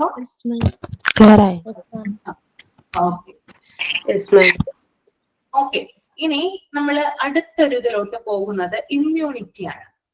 ഇമ്മ്യൂണിറ്റി, ഇപ്പൊ ഈ കാര്യങ്ങളൊക്കെ നമ്മൾ ചെയ്യുന്നത് കൊണ്ട് ഇമ്മ്യൂണിറ്റി നമുക്ക് ഉണ്ടാകും. ഇമ്മ്യൂണിറ്റി ഉണ്ടാവാൻ വേണ്ടിയിട്ട് നമ്മൾ എന്തൊക്കെ കാര്യങ്ങളാണ് ചെയ്യേണ്ടത്? ഈ പറഞ്ഞ പോലെ തന്നെ ഹെൽത്തി ഫുഡ് കഴിക്കുക, നന്നായിട്ട് വെള്ളം കുടിക്കുക. ദിവസം ഒരു 3 ലിറ്ററിലധികം വെള്ളം കുടിക്കാൻ പറ്റുന്നുണ്ടെങ്കിൽ അങ്ങനെ കുടിക്കുക. പിന്നെ എണ്ണ അടങ്ങിയിട്ടുള്ള ഭക്ഷണങ്ങൾ ഒഴിവാക്കുക. പിന്നെ ഈ പറഞ്ഞ പോലെ എക്സർസൈസ് ചെയ്യുക. ഡെയിലി നമ്മൾ ജിമ്മിൽ പോയില്ലെങ്കിലും ഇതുപോലെ ജോഗിങ്ങിനൊന്നും പോകാൻ പറ്റാത്തവരുണ്ടാവും. അങ്ങനെയുള്ളവരാണെങ്കിലും ഞാനും വീട്ടിലിരുന്നാണ് ചെയ്യുന്നത്. നമ്മൾ നോർമൽ സാധാരണ ചെയ്യുന്ന പോലെ ഒരു 1/2 hour ഞാൻ ഡെയിലി സ്പെൻഡ് ചെയ്യാറുണ്ട്. എക്സർസൈസ് ചെയ്യാൻ വേണ്ടിയിട്ട് മാറ്റി വെക്കാറുണ്ട്. അതുപോലെ ചെയ്യാറുണ്ട്. ശരിയാണ് കേട്ടോ പറഞ്ഞത്. നല്ല നല്ല ഫുഡ് കഴിക്കുക അല്ലെ, ഫൈബേഴ്സ് അടങ്ങിയിട്ടുള്ള ഫുഡുകളുണ്ട് ധാരാളം, നാരുകളൊക്കെ അടങ്ങിയിട്ടുള്ള ഫുഡുകള്. അപ്പൊ നമുക്ക് എന്തോ എന്താണ് ഇലക്കറികൾ കഴിക്കുക. റൈസ് കുറച്ച് ഒരു സൈഡ് ഡിഷായിട്ട് മാത്രം റൈസ് കഴിക്കുക. ഇപ്പൊ റൈസ് കഴിച്ചേ തീരൂ എന്നുള്ളവരാണെങ്കിൽ ഒരു സൈഡ് ഡിഷായിട്ട് മാത്രം റൈസ് കഴിക്കുക. പക്ഷെ ഒരുപാട് ആൾക്കാര്, ഒട്ടുമിക്ക ആൾക്കാരും അങ്ങനെ ചെയ്യാറില്ല. അവർക്ക് ഭക്ഷണം റൈസ് തന്നെ ആയിരിക്കും അവരുടെ ഫേവറേറ്റ്, അവർ കഴിക്കാനായിട്ട് ആഗ്രഹിക്കുന്നതും അതായിരിക്കും. പക്ഷെ നമ്മൾ ഹെൽത്തി ആയിട്ട് ഇരിക്കണം എന്നുണ്ടെങ്കിൽ അത് കുറച്ച് ജസ്റ്റ് ഒന്ന് കുറയ്ക്കുക, ഒഴിവാക്കുക. കൂടുതലും ഇപ്പൊ ബ്ലഡ് പ്രഷറും ഷുഗറും ഒക്കെ ഒരുപാട് കൂടിയിരിക്കുന്ന സമയമാണ്. അപ്പൊ അത് കുറച്ച് കഴിച്ചാൽ തന്നെ നമ്മളുടെ ഒരു 1/4 നമ്മുടെ അസുഖങ്ങൾ നമുക്ക് മാറ്റി വെക്കാനും നമ്മുടെ ഇമ്മ്യൂണിറ്റി പവർ വർദ്ധിപ്പിക്കാനായിട്ടും സാധിക്കും. ഇപ്പൊ പറഞ്ഞ പോലെ തന്നെയാണ്, ഗ്രീഷ്മ പറഞ്ഞ പോലെ തന്നെ നല്ല ഫുഡ് കഴിക്കുക, ധാരാളം വെള്ളം കുടിക്കുക, പിന്നെന്താണ് എക്സസൈസ് ചെയ്യുക. അതിനും എന്താണ് ഇമ്മ്യൂണിറ്റി പങ്കുണ്ടല്ലേ. കാരണം നമ്മുടെ ബ്ലഡ് സർക്കുലേഷൻ കൂടും. അതാണ് കേട്ടോ, ഹാപ്പി ഹോർമോൺസ് ഉത്പാദിപ്പിക്കും. അതുപോലെ തന്നെ നമ്മുടെ ബ്ലഡ് സർക്കുലേഷൻ കൂടും, നമ്മുടെ രക്തയോട്ടം കൂടും. നമുക്ക് രക്തയോട്ടം ഉണ്ടെങ്കിലാണ് നമ്മുടെ എല്ലാ കാര്യങ്ങളും നമുക്ക് ആക്റ്റീവായിട്ട് ചെയ്യാനായിട്ട് സാധിക്കുക. നമ്മൾക്ക് ഒരുവിധം രോഗങ്ങളെ തടയാനും. ബ്ലഡ് ഇങ്ങനെ കെട്ടിക്കിടന്നു കഴിഞ്ഞാൽ നമുക്ക് എന്തെങ്കിലും കാര്യത്തിൽ ആക്റ്റീവായിട്ട് തോന്നുന്നോ? ഒരിക്കലും ഇല്ല അല്ലെ. നമുക്ക് പെയിൻ ഉണ്ടാവും, നമുക്ക് ശരീരത്തിൽ ബോഡി പെയിൻ ഒക്കെ ഉണ്ടാവാൻ കാരണം എന്താണ്? ബ്ലഡ് സർക്കുലേഷൻ ഇല്ലാന്നിട്ടാണ്. നമുക്ക് ഏതെങ്കിലും ഒരു ഭാഗത്ത് പെയിൻ തോന്നുന്നുണ്ടെങ്കിൽ ആ ഒരു ഭാഗത്ത് ബ്ലഡ് സർക്കുലേഷൻ കുറവായിരിക്കും. അപ്പൊ ഇത്തരത്തിലുള്ള കാര്യങ്ങളൊക്കെ ചെയ്യുന്നതിലൂടെ, അതായത് ബ്ലഡ് സർക്കുലേഷൻ ഒക്കെ കൂട്ടുന്നതിലൂടെ, അതുപോലെ തന്നെ എന്താ പറയാ, നന്നായിട്ട് വെള്ളം കുടിക്കുന്നതിലൂടെ, നന്നായിട്ട് ഭക്ഷണം, അതായത് നല്ല ഭക്ഷണം കഴിക്കുന്നതിലൂടെയൊക്കെ നമുക്ക് ഇമ്മ്യൂണിറ്റി വർദ്ധിപ്പിക്കാനായിട്ട് സാധിക്കുന്നതാണ്. ഓക്കെ, അപ്പൊ ഞാൻ നിങ്ങൾക്ക് തരുന്ന ഫസ്റ്റ് ആക്ടിവിറ്റി അതെന്താണെന്ന് അറിയാമോ? മീൽ പ്ലാൻ തയ്യാറാക്കുക. ഒരു ബാലൻസ്ഡ് ആയിട്ടുള്ള മീൽ പ്ലാൻ നിങ്ങൾ പ്രിപ്പയർ ചെയ്യുക. അതാണ് നിങ്ങൾക്ക് ഞാൻ തരുന്ന ഫസ്റ്റ് ആക്ടിവിറ്റി. തയ്യാറാക്കില്ലേ? റെഡി ആക്കില്ലേ? ഇപ്പോൾ ചില പ്രധാനപ്പെട്ട കാര്യങ്ങൾ ശ്രദ്ധിച്ചാൽ മതി. രാവിലെയുള്ള ഫുഡ് നമ്മൾ ഇടനേരം കഴിക്കുവാണെങ്കിൽ ആ ഫുഡ് ഇതിനകത്ത് നമ്മള് കുഞ്ഞുങ്ങളുടെ പ്രയോറിറ്റി കൂടി ഉൾപ്പെടുത്തണം, അവരുടെ പ്രിഫറൻസ് കൂടി ഇതിനകത്ത് ഉൾപ്പെടുത്തണം കേട്ടോ ഈ മീൽ പ്ലാനില്. കാരണം നമ്മൾക്ക് പഠിക്കാനുള്ള കുഞ്ഞുങ്ങളെ കുറിച്ചിട്ടാണ്. മോണ്ടിസോറി എന്ന് പറഞ്ഞാല് കുഞ്ഞുങ്ങളെ പഠിപ്പിക്കുന്നതാണ് അല്ലെ. അപ്പൊ കുഞ്ഞുങ്ങളെ നമ്മൾ നല്ല രീതിയിൽ വളർത്തിയെടുത്താൽ മാത്രമേ നല്ലൊരു തലമുറ നമുക്ക് ഉണ്ടാവുള്ളൂ. അപ്പൊ അവരുടെ ഫുഡിൽ നമ്മൾ എന്തൊക്കെ കാര്യങ്ങൾ ശ്രദ്ധിക്കണം? ആ മീൽ പ്ലാനില് കുഞ്ഞുങ്ങൾക്കും കൂടി പ്രയോറിറ്റി പ്രിഫറൻസ് കൊടുത്തിട്ട് അതിന് യോജിക്കുന്ന തരത്തിലുള്ള ഒരു മീൽ പ്ലാൻ നിങ്ങൾ തയ്യാറാക്കുക. രാവിലത്തെ ഫുഡ്, ഇടനേരം, പിന്നെ ഉച്ചയ്ക്ക്, പിന്നെ വൈകുന്നേരം, രാത്രി. ഓക്കെ, ഈ 5 നേരങ്ങളിലായിട്ട് നമ്മൾ കഴിക്കുന്ന ആ ഫുഡിന്റെ ഒരു പ്ലാൻ നിങ്ങൾ തയ്യാറാക്കി ഇതാക്കുക കേട്ടോ. ഓക്കെ, അപ്പൊ എന്നത്തേക്കാണ് ഈ ആക്ടിവിറ്റി കൊണ്ടുവരാം? ഇനി എന്റെ ക്ലാസ് വരുന്നത് അടുത്ത ബുധനാഴ്ചയാണ്. ഓക്കെ, അന്ന് കൊണ്ടുവരാമോ? കൊണ്ടുവരാം. ആക്ടിവിറ്റിയാണ്, അസൈൻമെന്റ് അല്ല കേട്ടോ. സബ്മിറ്റ് ചെയ്യേണ്ട ആവശ്യമില്ല. ആക്ടിവിറ്റിയാണ്. നിങ്ങൾ തയ്യാറാക്കി വെച്ചാൽ മതി. Okay. Healthy food non healthy അങ്ങനെ വേറെ ആക്കിയിട്ട് അങ്ങനെ ചെയ്യണ്ടേ? ഹെൽത്തി ഫുഡ് ആയിരിക്കണം, ബാലൻസ്ഡ് ആയിട്ടുള്ള ഒരു ഇതാണ് ഞാൻ പറഞ്ഞത്, മീൽ പ്ലാൻ ആണ് പറഞ്ഞത്, ന്യൂട്രീഷ്യസ് ആയിട്ടുള്ള. അപ്പോ ഹെൽത്തി ഫുഡ് തന്നെ ആയിരിക്കും അതിനകത്ത് വേണ്ടത് കേട്ടോ. നോൺ ഹെൽത്തി വേണ്ട, ഹെൽത്തി ആയിട്ടുള്ള ഫുഡ് മാത്രം മതി. ഓക്കെ. മിസ് അംഗൻവാടികളിലൊക്കെ കണ്ടിട്ടില്ലേ? അംഗൻവാടികളിലൊക്കെ കണ്ടിട്ടില്ലേ? ഒരു ചാർട്ട് പ്രിപ്പയർ ചെയ്തിട്ട് ഇങ്ങനെ വാളില് തൂക്കി ഇട്ടേക്കുന്നേ. ആ, അത് തന്നെ കണ്ടിട്ടുള്ള നിങ്ങള് പിക്ചേഴ്സ് ഉണ്ടാകും, എഴുതിയിട്ടുണ്ടാകും. അതിന്റെ കൂട്ടത്തിൽ തന്നെ ഇപ്പൊ ഇഡലിയൊക്കെ ആണെങ്കിൽ ഇഡലിയുടെ പടമൊക്കെ ഉണ്ടാവും അതിനകത്ത്. അപ്പൊ അങ്ങനെയൊക്കെ നിങ്ങൾക്ക് പിക്ചേഴ്സ് ഒക്കെ ആഡ് ചെയ്യാൻ പറ്റുവാണെങ്കിൽ അത് നിങ്ങൾ ആഡ് ചെയ്യാം. ഇപ്പൊ ക്യാരറ്റ് ഒക്കെ ആണെങ്കിൽ ക്യാരറ്റിന്റെ പടമൊക്കെ ഉണ്ടാവും. ഓക്കെ. അങ്ങനെയൊക്കെ കുറച്ചും കൂടി ഇൻട്രസ്റ്റിംഗ് ആണെങ്കിൽ എൻകറേജിങ് ആവുന്ന തരത്തിൽ എന്ത് ചെയ്യാം, പിക്ചേഴ്സ് കൂടി ആഡ് ചെയ്തിട്ട് ആ ഒരു പ്ലാൻ നിങ്ങൾ പ്രിപ്പയർ ചെയ്യാം. ഓക്കെ. എല്ലാവർക്കും കാണിക്കുകയാണോ ചെയ്യേണ്ടത്? വീഡിയോ എടുത്ത് കാണിക്കുകയാണോ വേണ്ടത്? നമ്മള് അത് ചാർട്ടിൽ വരച്ചിട്ട് വീഡിയോ ഓൺ ചെയ്ത് കാണിക്കുന്നവരാണെങ്കിൽ കാണിക്കാം, ചാർട്ടിൽ വരച്ചിട്ട് ചാർട്ട് പേപ്പറിൽ ചെയ്യാം. Okay okay. നമ്മൾ A4 സൈസിൽ ചെയ്താൽ ചിലപ്പോ കണ്ടന്റ് ഒതുങ്ങില്ല, കൂടുതൽ ഉണ്ടാവില്ലേ. ചെറുതായിരിക്കുമല്ലോ. ഒരു 7 രൂപ കൊടുത്തു കഴിഞ്ഞാൽ നമുക്ക് ചാർട്ട് പേപ്പർ കിട്ടും, വളരെ തിന്നായിട്ടുള്ള. അതിനകത്ത് ചെയ്താലും അതിനകത്ത് അത് സൂക്ഷിച്ചു വെക്കുക കേട്ടോ. ഈ ചെയ്യുന്ന ആക്ടിവിറ്റീസ് ഒക്കെ ഒരിക്കലും നഷ്ടപ്പെടുത്താനായിട്ട് പാടില്ല, സൂക്ഷിച്ചു വെക്കുക കേട്ടോ. നിങ്ങളുടേതായിട്ടുള്ള റൂമില് അലമാരിയിൽ സൂക്ഷിച്ചു വെക്കുക. അസൈൻമെന്റ് ആണെങ്കിൽ നമ്മുടെ സിസ്റ്റത്തിൽ ഉണ്ടാകും, കാരണം നിങ്ങൾ ഓൾറെഡി ഇത് സബ്മിറ്റ് ചെയ്യുമല്ലോ. പക്ഷെ ആക്ടിവിറ്റി നിങ്ങൾ തന്നെ സൂക്ഷിക്കേണ്ടതാണ്. ഒരു ദിവസത്തെ തന്നെ മിസ്സേ അതിന്റെ പിക്ചർ ആയിട്ട് തന്നെ കൊടുക്കണോ മിസ്സേ? പിക്ചർ വേണമെങ്കിൽ ആഡ് ചെയ്യാം. ചിലപ്പോൾ നിങ്ങൾക്ക് സ്കെച്ച് പെൻ ഉപയോഗിച്ച് വേണമെങ്കിൽ വരയ്ക്കാം. വരയ്ക്കാനായിട്ട് കഴിവുള്ളവരാണെങ്കിൽ സ്കെച്ച് ഉപയോഗിച്ചിട്ട് വരച്ചാൽ അതിപ്പോ എന്താണ് നമ്മൾ ഫുഡ് ഉൾപ്പെടുത്തുന്നത്, എല്ലാത്തരം ഫുഡിന്റെയും നമുക്ക് പിക്ചർ ഒന്നും വരയ്ക്കാനായിട്ട് പറ്റില്ല. അതൊന്ന് നമുക്ക് ജസ്റ്റ് അതൊന്ന് കാണാൻ വേണ്ടി മാത്രം അതിനൊന്ന് ജസ്റ്റ് വരച്ചാലും മാത്രം മതി. കുഞ്ഞാൻ ഏത് ഫുഡാണോ അതിന്റെ പിക്ചർ വരച്ചിട്ടാണ് ചെയ്താൽ മതിയല്ലോ. മതി. ഏത് ഫുഡാണോ നിങ്ങൾക്ക് വരയ്ക്കാനായിട്ട് പറ്റുന്നത് അല്ലെങ്കിൽ നിങ്ങൾക്ക് അവൈലബിൾ ആയിട്ടുള്ളത് അത് മാത്രം അതിനകത്ത് ആഡ് ചെയ്താൽ മതി, അല്ലെങ്കിൽ ജസ്റ്റ് എഴുതിയാൽ മാത്രം മതി കേട്ടോ. മാമി കുറുക്ക് അങ്ങനെയുള്ള കാര്യങ്ങളൊക്കെ ആഡ് ചെയ്യണോ? അത് വേണ്ടല്ലോ. അല്ലാതെ നമുക്കും കൂടെ പറ്റുന്ന രീതിയിൽ കുട്ടികൾക്കും കൂടെ കൊടുക്കാൻ പറ്റുന്ന രീതി അങ്ങനെയല്ലേ ഉദ്ദേശിച്ചേ? അത് മതി. അങ്ങനെയാണ് ഉദ്ദേശിച്ചത് കേട്ടോ. കുഞ്ഞുങ്ങളെ കൂടി നമ്മള് പ്രയോറിറ്റി കൊടുക്കുക, എന്നിട്ട് അത് അവർക്കും കൂടി പറ്റുന്ന രീതിയിൽ ഒരു പ്ലാനാണ് നമ്മൾ ചെയ്യേണ്ടത്. മാം 1 വീക്കിനുള്ള പ്ലാനാണോ ഉണ്ടാക്കണ്ടേ? അടുത്ത ബുധനാഴ്ച എന്റെ ക്ലാസ്സിൽ ഞാൻ വരും. അപ്പൊ നിങ്ങളൊന്ന് ജസ്റ്റ് ഒന്ന് വീഡിയോ ഓൺ ചെയ്ത് കാണിച്ചാൽ മതി. അങ്ങനല്ല മാം, ഈ ചാർട്ട് ഉണ്ടാക്കുന്നത് 1 വീക്കിനുള്ള ഡയറ്റ് പ്ലാൻ ആണോ അല്ല 1 ഡേക്കുള്ളതാണ്? നമ്മള് ഡെയിലി ഇപ്പൊ ഫോളോ ചെയ്യേണ്ട കാര്യങ്ങൾ തന്നെയാണ് ഇതിനകത്ത് ഉദ്ദേശിക്കുന്നത്. അപ്പൊ അത് നിങ്ങൾ 1 വീക്കോ മതി, 1 വീക്ക് മതി. ഇനി അതിന്റെ ഡൗട്ട് ഒന്നും വേണ്ട, 1 വീക്കിനുള്ളത് മതി. എല്ലാവരും കേട്ടല്ലോ, 1 വീക്കിനുള്ള മീൽ പ്ലാൻ പ്രിപ്പയർ ചെയ്താൽ മതി കേട്ടോ. ഓക്കെ മാം, കുട്ടികളുടെ പ്രത്യേകം വലിയവരുടെ പ്രത്യേകം അങ്ങനെയല്ലല്ലോ, എല്ലാം കൂടെ ഒറ്റ ചാർട്ടിലല്ലേ? എല്ലാരും കൂടെ ഒറ്റ ചാർട്ട് മതി, സെപ്പറേറ്റ് ഒന്നും വേണ്ട. നമുക്കറിയാലോ കുട്ടികൾക്ക് എന്തൊക്കെയാണ് നമ്മൾ കൊടുക്കുന്ന ഫുഡ്, നല്ല ഹെൽത്തി ആയിട്ടുള്ള ഫുഡുകൾ എന്തൊക്കെയാണ്. നമ്മളെല്ലാം അവരെ കൊണ്ടല്ലേ നമ്മൾ കഴിപ്പിക്കാനായിട്ട് ശ്രമിക്കുക. നല്ല ഫുഡൊക്കെ നമ്മൾ കഴിച്ചില്ലെങ്കിൽ കുഞ്ഞുങ്ങളെ കൊണ്ടാണ് നമ്മൾ കഴിപ്പിക്കുക. അപ്പൊ നിങ്ങൾക്ക് അറിയാൻ പറ്റും ഏതൊക്കെ ഫുഡുകളാണ് കുഞ്ഞുങ്ങൾക്ക് അവര് കഴിക്കുന്നത്, അവരുടെ ഹെൽത്തിന് നല്ലത് ഏതാണെന്നൊക്കെ നിങ്ങൾക്ക് അറിയാനായിട്ട് സാധിക്കും. അപ്പൊ അതനുസരിച്ച് പ്ലാൻ തയ്യാറാക്കിയാൽ മതി. ചാർട്ടിൽ തന്നെ ചെയ്യണമെന്നുണ്ടോ? ബുക്ക് ചെയ്താലും മതിയില്ലേ? ചാർട്ട് പേപ്പർ മേടിക്കാനായിട്ട് ബുദ്ധിമുട്ടുള്ളവരാണെങ്കിൽ ബുക്കിൽ തന്നെ ചെയ്താലും മതി. നിർബന്ധം പറയുന്നില്ല ഞാൻ, ഓരോരുത്തർക്കും ഓരോരുത്തരുടെ ഇഷ്ടമാണ്, ചെയ്താൽ മാത്രം മതി കേട്ടോ. ചെയ്യുമ്പോൾ കുറച്ചുകൂടി അട്രാക്റ്റീവ് ആയിട്ട് ചെയ്യാം. നമ്മള് പഠിപ്പിക്കാനൊക്കെ പോകുമ്പോൾ, മോണ്ടിസോറി കോഴ്സ് ഒക്കെ കഴിഞ്ഞ് നിങ്ങൾ ട്രെയിനിങ് ഒക്കെ പോകുമ്പോൾ കുട്ടികളെ കാണിക്കുന്ന, നിങ്ങൾക്ക് വേണമെങ്കിൽ ഇത് നിങ്ങൾ തയ്യാറാക്കിയ ചാർട്ടുകൾ കുട്ടികളെ കാണിക്കാം. കുട്ടികളെ കാണിച്ചു കഴിഞ്ഞാല് പിക്ചേഴ്സും അതുപോലെ സ്കെച്ച് പെൻ കൊണ്ടുള്ള ഡ്രോയിങ്സ് ഒക്കെ ഉണ്ടെങ്കിൽ കുട്ടികൾക്ക് ഇത് കുറച്ചുകൂടി അട്രാക്റ്റീവ് ആവും. അതുകൊണ്ടാണ് ഞാൻ അങ്ങനെ പറഞ്ഞത് കേട്ടോ. ചില കുഞ്ഞുങ്ങളുണ്ട്, കുഞ്ഞുങ്ങൾക്ക് ഭൂരിഭാഗവും അങ്ങനെ തന്നെയാണ്. അവർക്ക് ചാർട്ട് പേപ്പറിൽ ചെയ്യുന്ന കാര്യങ്ങള്, പിക്ചേഴ്സ് ആയിട്ട് കൊടുക്കുന്ന കാര്യങ്ങള്, വിഷ്വലൈസേഷൻ, നമ്മൾ പവർ പോയിന്റ് ഒക്കെ ഉപയോഗിച്ച് എന്താ പറയാ ഫോണൊക്കെ ഉപയോഗിച്ചിട്ടൊക്കെ ചെയ്യില്ലേ, അതൊക്കെ കുഞ്ഞുങ്ങൾക്ക് കൂടുതൽ അട്രാക്റ്റീവ് ആണ്. ഇപ്പോഴത്തെ കുട്ടികൾക്കാണെങ്കിൽ പ്രത്യേകിച്ചും അത് തന്നെയാണ്. കാരണം ആർക്കും എന്താ പറയാ വായിക്കാനോ നോക്കാനോ ഒന്നും സമയം, എല്ലാവർക്കും ഒരു പ്ലാറ്റ്ഫോമിലെല്ലാം കിട്ടിക്കഴിഞ്ഞാല് അത്രയും നല്ലതാണെന്ന് വിചാരിക്കുന്നവരാണ് ഇന്നത്തെ തലമുറ എന്ന് പറയുന്നത്. അപ്പൊ ഈ പറയുന്ന കാര്യങ്ങളൊക്കെ നിങ്ങൾക്ക് ഭാവിയിൽ നിങ്ങളുടെ ഫ്യൂച്ചറിൽ സ്കൂളുകളിൽ കൊണ്ടുപോകാനായിട്ട് ഹെൽപ്ഫുൾ ആണ് കേട്ടോ. ഓക്കെ ആണോ?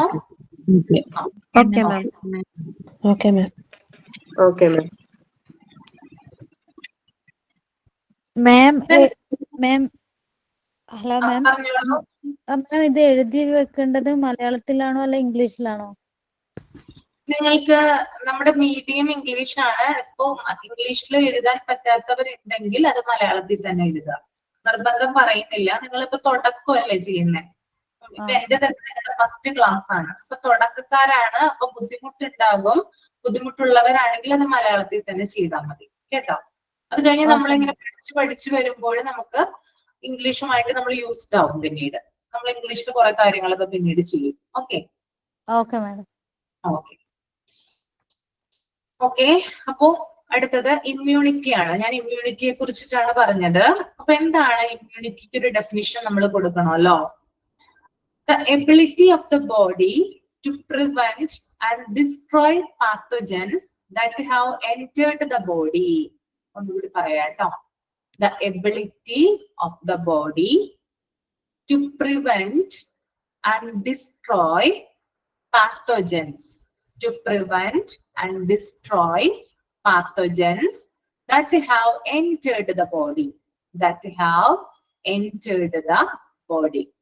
രോഗാണുക്കളുടെ പ്രവേശനം തടയാനും ശരീരത്തിനകത്ത് പ്രവേശിച്ച രോഗാണുക്കളെ നശിപ്പിക്കാനുമുള്ള ശരീരത്തിന്റെ കഴിവിനെയാണ് ഇമ്മ്യൂണിറ്റി എന്ന് പറയുന്നത്.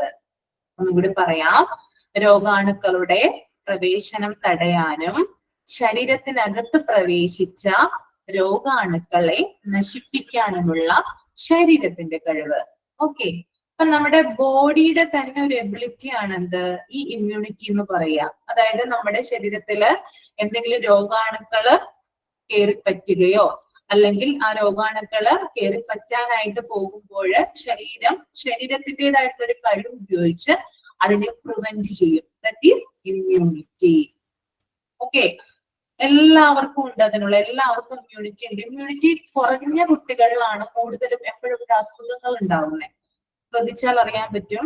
ഒരു കുഞ്ഞ് ഒരു മാസം എത്ര ദിവസം ആബ്സെന്റ് ആകുന്നുണ്ടെന്ന് നോക്കിയാൽ മതി. നിങ്ങളുടെ ഒക്കെ കുഞ്ഞ് ആബ്സെന്റ് ആവാറുണ്ടോ? മാസത്തിൽ എത്ര ശരിയാ മേഡം. ശരിയാ മിസ് പറഞ്ഞത്. കാരണം എന്ന് വെച്ചാൽ എന്റെ മക്കൾക്ക് ഇമ്മ്യൂണിറ്റി കുറവാണ്. എന്ന് വെച്ചാൽ എന്റെ മക്കള് 3 മക്കളുണ്ട്. എനിക്ക് 3 കുഞ്ഞുമോന് ഇടക്കിടക്ക് മാസത്തില് 3-4 തവണ പനിക്കും. ഇടക്കിടക്കേ ഹോസ്പിറ്റലിൽ അഡ്മിറ്റ് ആവും. അപ്പൊ അങ്ങനെയുള്ള കാര്യങ്ങളില്ല എന്റെ മക്കൾ. എന്താ വെച്ചാല് അവര് പറയുന്നത് എന്ന് വെച്ചാല്, എനിക്ക് ഡോക്ടേഴ്സിന്റെ അടുക്ക പോയപ്പോ ചോദിച്ചപ്പോ പറഞ്ഞത്, ഗർഭകാലത്ത് എനക്കങ്ങനെ എല്ലാരും കഴിക്കും പോലെ ഫുൾ ടൈം ഗുളിക മാത്രമല്ലാണ്ട് ഒരു പോഷകാഹാരവും എന്റെ ഗർഭകാലത്ത് എനിക്ക് കഴിക്കാൻ പറ്റിയിട്ടില്ല. ഹസ്ബൻഡിന്റെ വീട്ടിൽ നിന്നായാലും എന്റെ വീട്ടിൽ നിന്നായാലും എനിക്ക് ഗർഭാവസ്ഥയില് ഒരു നല്ല ഭക്ഷണം കിട്ടിയിട്ടില്ല. ഇന്നലത്തെ ചോറ്, ലേശം കറി, ആ ഒരു ഇതല്ലാണ്ട് നല്ല ഭക്ഷണം കിട്ടിയിട്ടില്ല. അതുകൊണ്ട് തന്നെ എനിക്ക് എന്റെ മക്കൾക്ക് ഇമ്മ്യൂണിറ്റി കുറവാണെന്ന് കാണിക്കുന്ന ഡോക്ടേഴ്സ് എല്ലാം പറഞ്ഞിട്ടുണ്ടായിരുന്നു. വിജേഷ് ശരണ്യ. എന്താ പേര് മോളുടെ? ശരണ്യ എന്നാണോ? ആ ശരണ്യ. Okay okay okay. അപ്പൊ കുഞ്ഞുങ്ങൾക്ക് എപ്പോഴും ഇങ്ങനെ അസുഖം ഉണ്ടാവാറുണ്ടോ? ഉണ്ടാവാറുണ്ട്. ഉണ്ടാവാറുണ്ട് അല്ലേ? Okay okay. അപ്പൊ ഈ ഫുഡൊക്കെ എപ്പോഴും അപ്പൊ കുഞ്ഞുങ്ങൾക്ക് ഇപ്പൊ എങ്ങനെയാണ് സെപ്പറേറ്റ് ഫുഡൊക്കെ കൊടുക്കുന്നുണ്ട് അതിന് വേണ്ടിയിട്ട്, ഇമ്മ്യൂണിറ്റിക്ക് വേണ്ടിയിട്ടൊക്കെ? ഇതിപ്പോ തുറന്നു പറയുന്ന വെച്ചാൽ നമ്മളിപ്പോ വേറെ താമസിക്കാൻ തുടങ്ങിയിട്ട് 1 വർഷമായി. അപ്പൊ ഇപ്പം മാറി താമസിച്ച പിന്നെ മക്കൾക്ക് എന്താണോ ആഗ്രഹം അതിനനുസരിച്ചുള്ള ഫുഡ് ഇപ്പൊ നമുക്ക് കൊടുക്കാൻ സാധിക്കുന്നുണ്ട്. ആ കൊടുക്കേണ്ട പ്രായത്തില് കൊടുക്കാൻ പറ്റിയിട്ടില്ല എന്നുള്ള ഒരു വിഷമേ ഉണ്ടായിട്ടുള്ളൂ. ഇപ്പൊ എനക്കായാലും കിട്ടേണ്ട സമയത്ത് കിട്ടിയിട്ടില്ല. ഇപ്പൊ പിന്നെ മിസ്സിന് അറിയായിരിക്കും കൂട്ടുകുടുംബമാകുമ്പോ ആ ഒരു ഇതുണ്ടാവും. അപ്പൊ കിട്ടേണ്ട സമയത്ത് കിട്ടിയിട്ടില്ല. പക്ഷെ ഇപ്പൊ മക്കൾക്കായാലും എനക്കായാലും ഹസ്ബൻഡ് വാങ്ങി തരുന്നുണ്ട്. ഫുഡിന്റെ കാര്യത്തിൽ ഇപ്പൊ അതൊരു ഇതാക്കുന്നുണ്ട്. ഓക്കെ, വിഷമിക്കണ്ട കേട്ടോ. ഇപ്പൊ ഓക്കെ അല്ലേ? ഇപ്പൊ കുഴപ്പമൊന്നുമില്ലല്ലോ. ഇല്ല ഇപ്പൊ കുഴപ്പമില്ല. അതുകൊണ്ടാണ് ഞാൻ ഇങ്ങനെയുള്ള ഒരു ക്ലാസ്സിൽ ജോയിൻ ചെയ്യാൻ തന്നെ തീരുമാനിച്ചത്. അവിടെയാണെങ്കിൽ എനിക്കൊന്നും നടക്കില്ല. ദൈവത്തിനൊരു ഇതുണ്ട്. ദൈവം എല്ലാവർക്കും എപ്പോഴും സന്തോഷമൊന്നും കൊടുക്കില്ല. പിന്നെ കൂടുതലും ദൈവത്തിന് ഇഷ്ടമുള്ള ആൾക്കാരെയാണ് ദൈവം പരീക്ഷിക്കുക. നിങ്ങൾ കേട്ടിട്ടുണ്ടോ അങ്ങനെ? കേട്ടിട്ടുണ്ട്.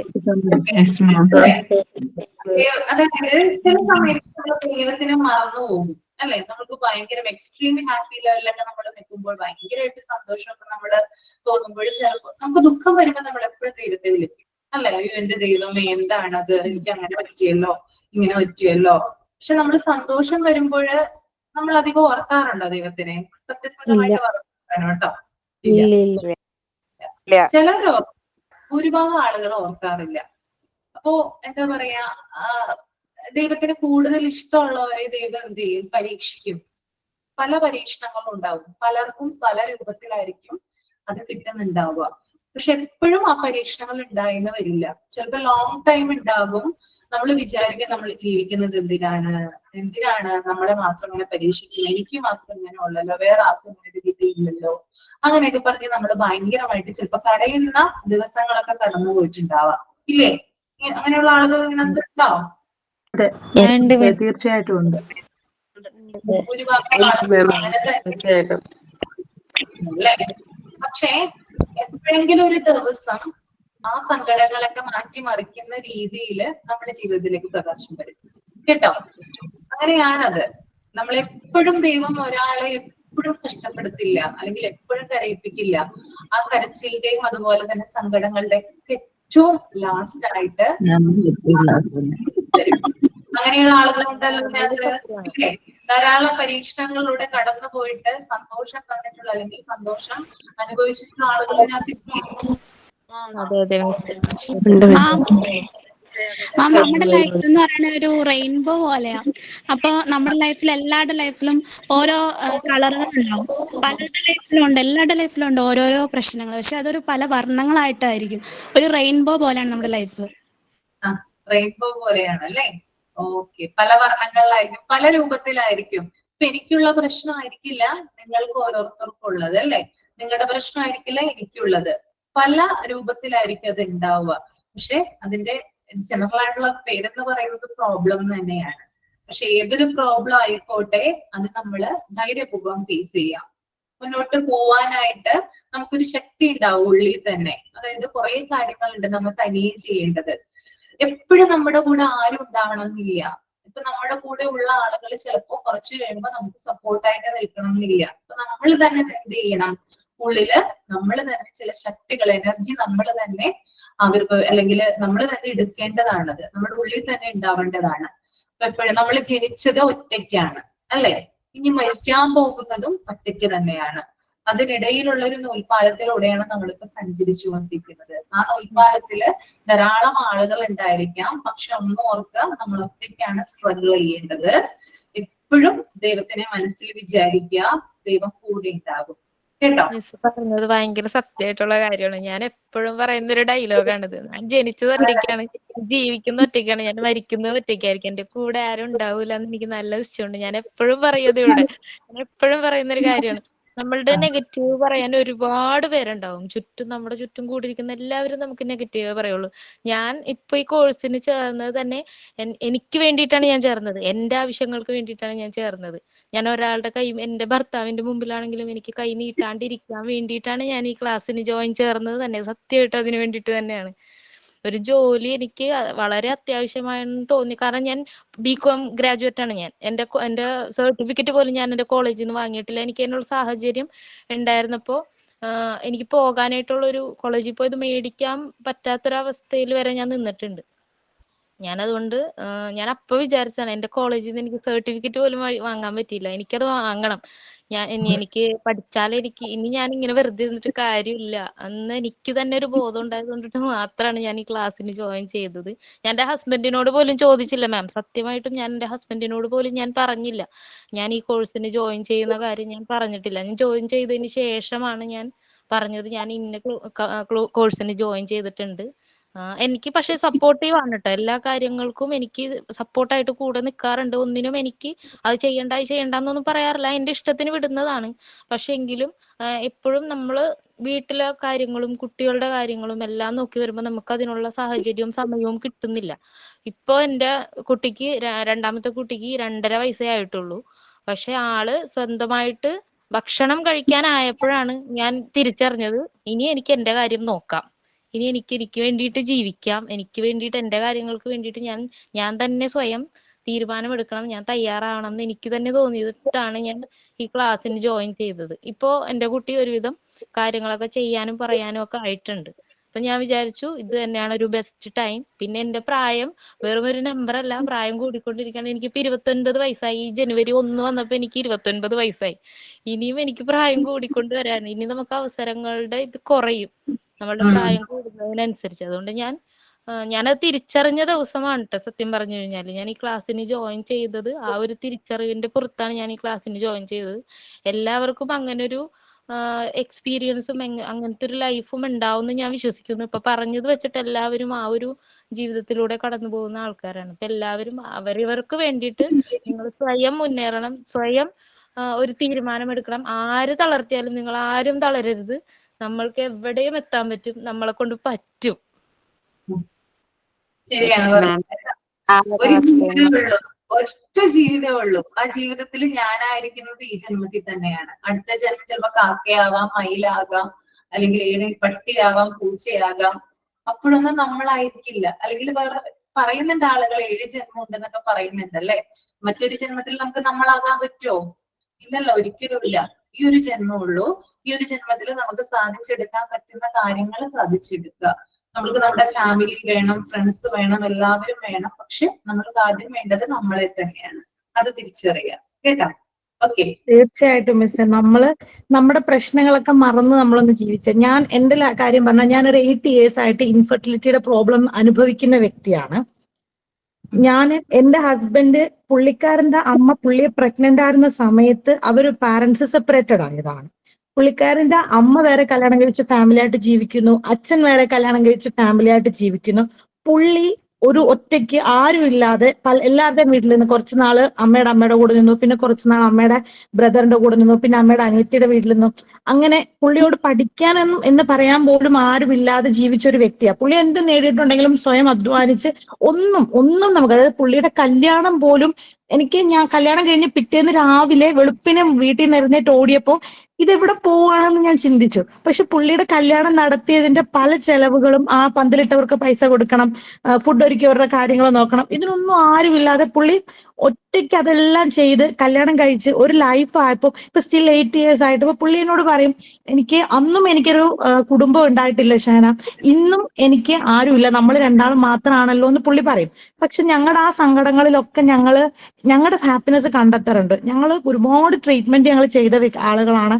ഫൈനലി എന്റെ താലിയുടെ മാല ഊരി ഞങ്ങൾ ഒരു ട്രീറ്റ്മെന്റ് സമയത്ത് ഞങ്ങൾ കൊടുത്തു. അപ്പൊ താലി എടുക്കണ്ടെന്ന് വിചാരിച്ചു കൈ വെച്ചു. പിന്നെ ലാസ്റ്റ് ഒരു സർജറിയുടെ സമയത്ത് തീരെ പൈസ ഇല്ലാതെ വന്നപ്പോ ഞാൻ പറഞ്ഞു നമുക്ക് താലി വിൽക്കാം, അത് കൈ പിടിച്ചിരുന്നിട്ട് കാര്യമില്ലല്ലോ, നമ്മുടെ സന്തോഷത്തിന് വേണ്ടിയിട്ടല്ലേ. അപ്പൊ നമ്മള് ഫൈനലി അതുവരെ കൊടുത്തിട്ട് നമ്മൾ ട്രീറ്റ് ചെയ്തു. സർജറീസ് ഏതാണ്ട് 100-ന് മുകളിൽ വജൈനൽ സ്കാൻസിലൂടെ ഞാൻ കടന്നു പോയിട്ടുണ്ട്. 100-ന് മുകളിലുണ്ട്. കാരണം എന്റെ അതിന്റെ റിപ്പോർട്ടും ബില്ലും കാര്യങ്ങളൊക്കെ ഞാൻ സൂക്ഷിച്ചു വെച്ചിട്ടുണ്ട്. പിന്നെ നമ്മൾ അനസ്തേഷ്യ ചെയ്ത ഡിയാൻസീസ് ഉണ്ട്, അനസ്തേഷ്യ തരാതെ, ഒരുപാട് അനസ്തേഷ്യ നമുക്ക് തരാൻ പറ്റില്ലല്ലോ ഡോക്ടേഴ്സിന്, അനസ്തേഷ്യ തരാതെ ചെയ്ത ഡിയാൻസീസ് ഉണ്ട്. ഒരു 10 മാസം ഒരു പ്രഗ്നന്റ് ആയിട്ടുള്ള ഒരു വ്യക്തി അനുഭവിക്കുന്നതിന്റെ 1000-ത്തിലധികം ഇരട്ടി പെയിൻ ആണ് നമ്മൾ ഈ അനുഭവിക്കുന്നത്. എന്നിട്ടും ആളുകളുടെ കുത്തുവാക്കുകളും പറച്ചിലും ചോദ്യം ചെയ്യലുകളും ഈവൻ വന്നാല് നമ്മുടെ പേഴ്സണൽ ആയിട്ടുള്ള നമ്മുടെ ഫിസിക്കൽ ടൈമിനെ കുറിച്ച് പോലും, ആ ഒരു റിലേഷൻഷിപ്പിനെ കുറിച്ച് വരെ ചോദ്യം ചെയ്യുന്ന ആളുകളുണ്ട്. പക്ഷെ നമ്മൾ അതൊക്കെ തരണം ചെയ്ത് ഞങ്ങൾ ഹാപ്പിയാണ്. ഇന്ത്യയിൽ ഞങ്ങൾ ഇനി പോവാത്തത് നോർത്ത് വെസ്റ്റ് സൈഡിലുള്ള കുറച്ച് സ്റ്റേറ്റ്സ് ഒഴിച്ചാൽ ബാക്കിയൊക്കെ ഞങ്ങൾ രണ്ടാളും കൂടി കറങ്ങിയിട്ടുണ്ട്. കാരണം നമുക്ക് ചിലപ്പം നമ്മുടെ യാത്രകളിലാണ് നമുക്ക് സന്തോഷമുള്ളത്. ആളുകൾ പറയട്ടെ, പറഞ്ഞുകൊണ്ടേ ഇരിക്കട്ടെ, ഞങ്ങൾ യാത്രകൾ ചെയ്യുന്നു. പിന്നെ ഇപ്പൊ ഞാൻ നല്ല രീതിയിൽ ഫുഡ് കഴിക്കും കേട്ടോ. ഞാൻ കുറെ നാൾ വരെയൊക്കെയും എന്റെ ഫുഡൊക്കെ ഒത്തിരി എല്ലാം അവോയ്ഡ് ചെയ്ത് തന്നെയാണ് ജീവിച്ചിട്ടുള്ളത്.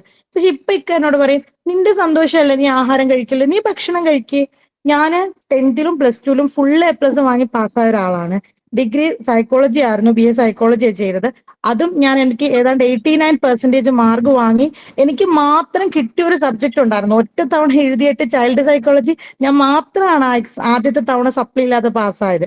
അങ്ങനെ പഠിച്ചു വന്നതാണ്. പക്ഷെ കരിയറിൽ ഇങ്ങനെ ഒരു പ്രശ്നം വന്നപ്പോൾ പഠിത്തവും എന്റെ ഈ ട്രീറ്റ്മെന്റും കണ്ടിന്യൂ ചെയ്യാൻ പറ്റാതെ വന്നപ്പോൾ പഠിത്തം നിർത്തിയിട്ട് ഞാൻ ട്രീറ്റ്മെന്റിന് പോയി. പക്ഷെ ഇപ്പൊ ഹസ്ബൻഡ് തന്നെ എന്നോട് പറയുന്നുണ്ട്, നീ ഇനി അതിന്റെ ഒന്നും പിന്നാലെ നടക്കണ്ട, നിനക്ക് ഞാനുണ്ട്, എനിക്ക് നീയുണ്ട്. നമ്മുടെ സന്തോഷങ്ങൾ ചിലപ്പം ഇതൊക്കെ ആയിരിക്കും.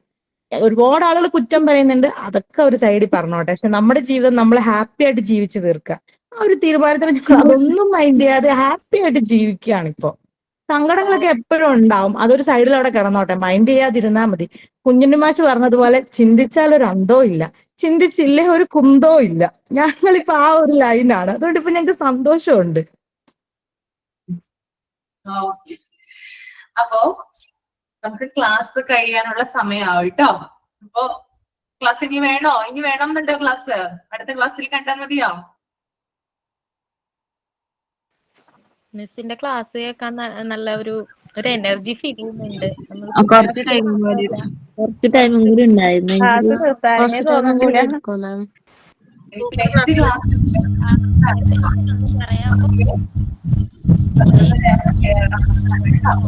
നെക്സ്റ്റ് ക്ലാസ്സിൽ കാണാം. നെക്സ്റ്റ് ക്ലാസ്സിൽ നമുക്ക് കണ്ടിന്യൂ ചെയ്യാം. നമ്മുടെ നെക്സ്റ്റ് ക്ലാസ് ഹെൽത്ത് കെയർ എന്ന് പറയുന്ന ചാപ്റ്റർ നമ്മുടെ നെക്സ്റ്റ് ക്ലാസ്സിൽ സ്റ്റാർട്ട് ചെയ്യും കേട്ടോ. അപ്പൊ നമ്മൾ കുറെ ബുക്കുകളെ പറ്റിയും നിങ്ങളുടെ എക്സ്പീരിയൻസിനെ പറ്റിയൊക്കെ അപ്പൊ സംസാരിക്കാം.